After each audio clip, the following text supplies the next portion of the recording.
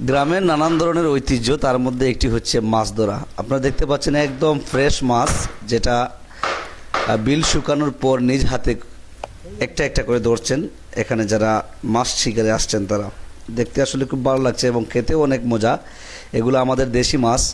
আসলে কোন উপজেলায় কি নামে এই মাছগুলোকে ডাকা হয় আপনারা একটু কমেন্ট করে জানাবেন। এবং আপনাদের সবার দাওয়াত থাকলো, আমাদের সিলেটে একদিন আসবেন, হাওর অঞ্চল ঘুরে ঘুরে দেখবেন। হাওরে পানিগুলা শুকানোর পর যখন মাছ শিকারীরা যখন মাছ মারতে যায় তখন এই রকমই আসলে মাছের দেখা মিলে।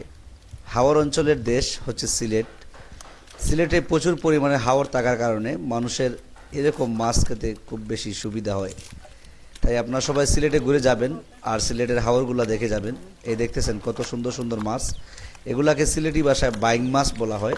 আপনাদের ভাষায় কি মাছ বলা হয় যে সেটা আপনারা কমেন্ট করে আমাদেরকে জানাতে পারেন। এবং যদি ভিডিওটি ভালো লাগে অবশ্যই আপনারা শেয়ার করে দেবেন।